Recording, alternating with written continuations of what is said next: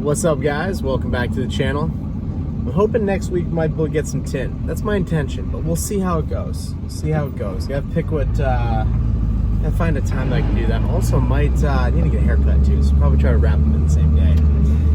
Went and quoted some machines. Wanted to see about getting out of one or two machines, getting a different machine, things like that. I have some observations. I don't know which way this is gonna break. Well, let's just talk about where it's going, like where the trend is here.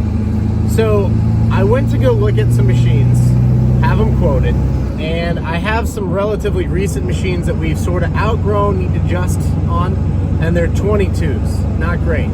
Not ideal when you've got something that's not that old. But if I can adjust and be like twice as good, then I'm gonna do that. I'm gonna make some adjustments. So I'm okay taking a depreciative loss and then taking the tax write-off that comes with it and then re-warranting up in a new machine and whatever. But what I learned was that there's a glut of new machines. So they haven't even sold 23s. So they're like, hey, we can get you a 23. What model do you want? And I'm like anyone? They're like, we have a lot. We have 23s and 24s. And I'm like, okay, well, the 22s, you had like none of them. And I was fortunate to get some of the 22s. But and now I need different size. I need one machine I need to be smaller, the other machine I need to be bigger. All right, so I'm like, I need to make some adjustments.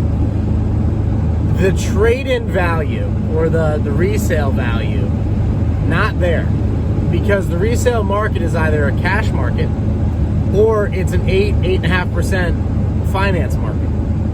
The new machines are 0%. So not only can you get a new machine for like an $8,000 discount, this is in the 50K price range, you know, like you can go, like, there's some flexibility there. All right, that's what I found out. But your used machines can't compete with the new machines at 0%. Now it's not really 0%, but they're making it 0% so they can move their machines. This is the opposite in the housing, where the housing prices from 21 to 22 doubled, and then the interest expense from 22 to 23 more than doubled. So if you had a house that was 200 grand, now it's 400 grand. But if you had a mortgage at 3% interest at 400 grand, now it's 8%. You know, so now you're paying what was a $900,000 mortgage previously, like, you know, monthly payment to monthly payment. So housing up like times 4 because it doubled and then doubled again, and machines basically down by half, like basically down by half, not quite half, but apples to apples. If you were to, like, you know, however you want to account for interest rates, basically down by half. So this is changing a lot of things. It's making, in my area, I mean, I assume in most of the Western world, it's making housing more unaffordable. Machines, however, are dropping in price. So it's kind of like I'm looking at hiring different guys, and I'm like, I'll just add machines. That's why I'm quoting. I'm like, nah, we don't need more guys. We'll just add more machines. That's what we're gonna do. And it's interesting because it's like people have to live somewhere, but also I don't really want to hire them. So it puts like the common guy in a real tight spot, This is just not good. You know, this is not good. And this is the beginning of what I think is probably going to take a decade to play out. We'll see. But it's just like, man, if housing doubles one more time, I mean, truly truly separating classes of people, like people who are property owners, people who are not property owners. People that are currently property owners that have a mortgage don't want to sell because they have lower rates than they can go get somewhere else. So they're like, nah, I don't want to sell. So it creates this, like, there's not a lot of inventory of housing, but there's not a lot of demand for housing, but the prices aren't falling. It's like stalemated. It's somewhat stalemated in the machine market as well, where it's like there's demand for new machines, there's not really demand for used machines. It's just really odd. You know, it's just a really interesting setup, because normally you don't have one falling and one rising and as dramatically as they have. Like they're, so it's just, I don't have a lot of conclusions on it. I really wanted to just see what you guys think in the comments, because it's like I've clearly seen a trend in the last 10 years, and I've talked about it on this channel for quite a while. Machines over men, for sure. Like if there's a way to put a machine in and get rid of the manpower, 100%. Like that's the way to go. But man, are we getting to a weird spot, because we have more boomers retiring than we have Gen Z coming in the market. So we do have a labor shortage. But like the way that we're kind of dealing with this labor shortage is, well, can we just automate out and like not need people at all? And I know I am. I know I'm looking at like my lifestyle, and I'm like, you know, there's certain things I want to be able to do that I can't do if I'm playing like a management role. And so I'm looking at subcontractors, I'm looking at machines, I'm looking at canceling the tasks altogether. So maybe, you know, the smaller stuff we did, or the, you know, let's just say things under a certain dollar amount, maybe, I don't know, $2.5 grand. Maybe we just don't touch that stuff at all. Like, just do the higher end stuff. This is very interesting, because like in Revelation, it talks about like a loaf of bread for a day's labor. It sounds kind of wild, but it actually pegs out pretty good if you look at like historical numbers, especially like before automated tractors, like making grain. It's pretty tough, pretty long laborious like situation to try to make grain. But the wine and oil shall not be touched, kind of implying that there's like this wealth gap, and that like, you know, the well-to-do will be pretty unaffected, but like the poor will basically trade a day's labor for a loaf of bread. That's in Revelation. So I think we're scratching at the surface of something along those lines. I don't want to be like, yo, this is Revelation, because I feel like every fourth turning, every 80 years, every 100 years, you would have said that. You know, like if you were in Japan in the mid 40s, you'd have been like, dude, there's nukes going off. Like these US people are nuking us. By the way, the only people who ever nuke anyone is the Americans. Just gotta say it. Like everyone's always, what if Putin lights off a nuke? You mean the US government? Like they're the only people that do things like this. You know, complete cities, just level them. But you would have thought, oh yeah, this is it. This is the end times right here.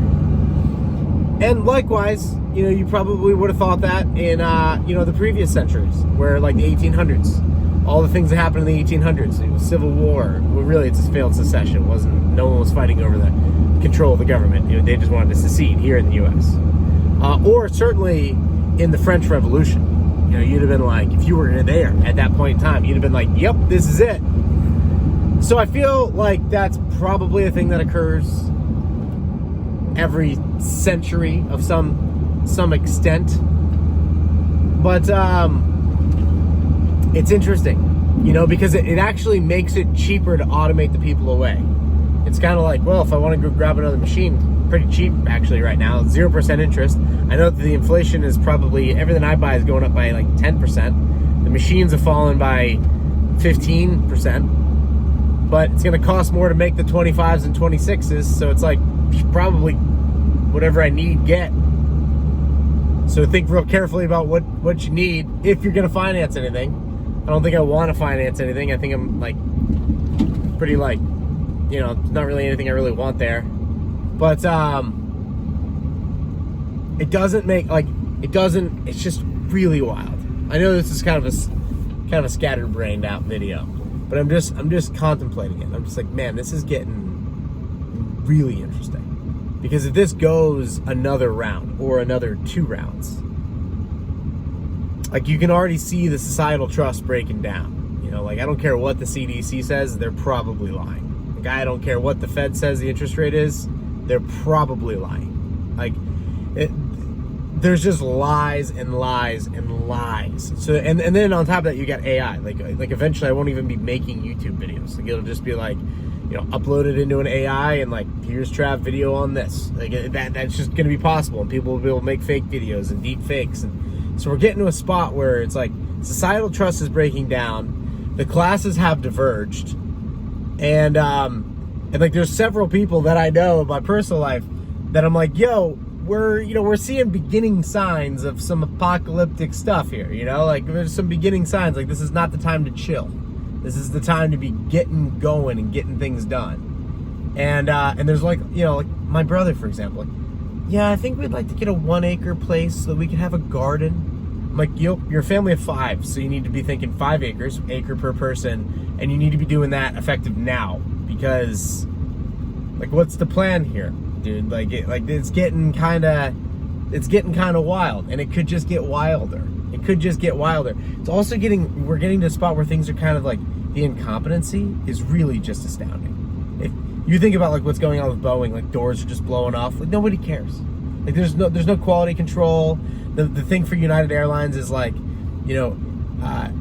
diversity, equity, inclusion. It's this ESG stuff.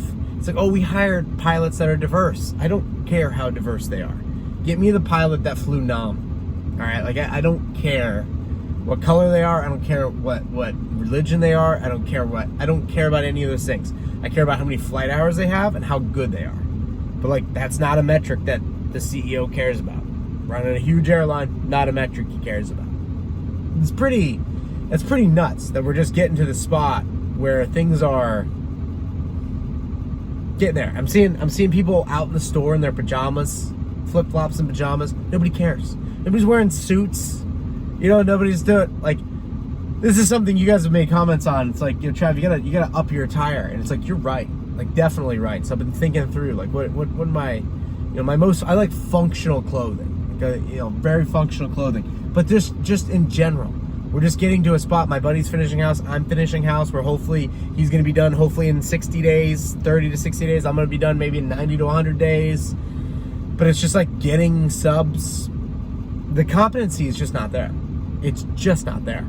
And he and I are doing what we're doing just so we can just chill behind our gates and be like, dude, we can just garden and farm and hang out, shoot bows, and try to make things and build things and go fishing. And like literally I'm approaching my business at this point in time of like trying to design it from a lifestyle point out, rather than like, let's grow something and build a company culture. And like, I'm like, what I need to do is like, I need to optimize for the basics in life right now, which is probably very fourth turning like, but these are just observations I have.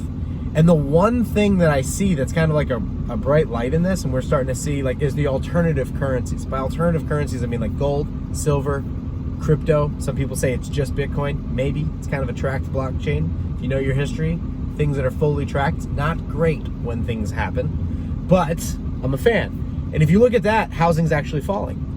So if I give advice to an 18-year-old, my advice is literally like, dude, everything that you can afford to stack away, gold, silver, Bitcoin, GSB. Gold to preserve your current purchasing power. Silver as a speculation because you might be able to trade into gold at a cheaper price. So it's kind of like buying gold at a cheaper rate. You can play the ratios. And then like Bitcoin, because all prices are falling in Bitcoin terms. So it's just something to think about. But it's like, I genuinely think, like, if you're a young guy and you're just like, if I'm 18, I'm 19, starting out, I don't own any real estate, I don't have any bobcats, I don't have any trailer, I don't have any work tools, I've got to accumulate those. I just got out of high school. What's the move in 2024? And like, the data is pretty loud. The data is stack everything in a Bitcoin wallet. If you must buy it, liquidate into fiat, pay the tax, buy the thing in fiat. Better, try to get the person to accept crypto. That's the way to do it. Like, up to this point in time. Because like, what are the other moves? And maybe we'll just, we'll see how this shakes out. But like the trend, if this trend continues, we're getting to this spot of like this divergence. I mean, it's even for us, like when we're looking at clients and customers, it's like, let's focus on clients. Like people that spend more than 10 grand a year with us. If they spend less than 10 grand a year with us, we need to really evaluate what are we doing here. Like when I do coaching calls, it's like I do a $250 hour for coaching calls. And it's worth it. I enjoy it. That's why I do it. But ultimately, like the bread is coming from our clients. Guys are like, yeah, Trav, whatever the price is. Sounds good. Get it done. It's just an interesting spot. So food for thought. Let me know in the comments what you guys think about this. And like solutions. I'm a big solution guy. I don't like to hear the bitching about things. I want the solutions. And I've been thinking through it, and like the solution I have, if you're 18 or like at any level right now, is like it's pretty clear that like a deflationary currency might be the antithesis, like the anti-venom to, you got a bunch of incompetent global elites that are clearly going to print their fiat until they cannot print their fiat anymore, and then they're clearly going to change the rules and lie on you. Clearly. And to me, it's like obvious. It's like, can we just stop using this system? Like, can we just stop? But like, you got the average guy, Trav, man, Bitcoin's really volatile, and I'm just too scared. And it's like, they're literally the human blood sacrifice that occurs to keep the US dollar propped up is insane. I mean, it's like Aztec level, like way worse. But yet Trav, I don't know. We need alternatives. I don't care if it's Skittles, but we need alternatives, because the idea that these people can tax at whim, they can inflict violence at whim, and they can print at whim, and the average American guy is just like, yeah, well, whatever, man. What can I do about it? What can I do about it? And it's like, if I had 1,000 men that were like legit willing to die, I'll show you exactly what can be done about it. Like, there's something that can be done about it. Like, Concord, Massachusetts, they made a decision one day and just said, you know what? This is going to happen. Most powerful military in the world, let's go. Let's freaking go. Somebody at that bridge made a decision that day and said, and everyone left that bridge and went home and go, can't go back now. No turning back now. Like, signed our names on that letter of Declaration of Independence. If we lose, we're dead. Gotta win now. We need a moment like that. Like, we need a moment like that. Maybe we're too fake and gay for that now, that's fine. Be fake and gay. And the fakest and gayest way I can think about like a revolution, Bitcoin, dude.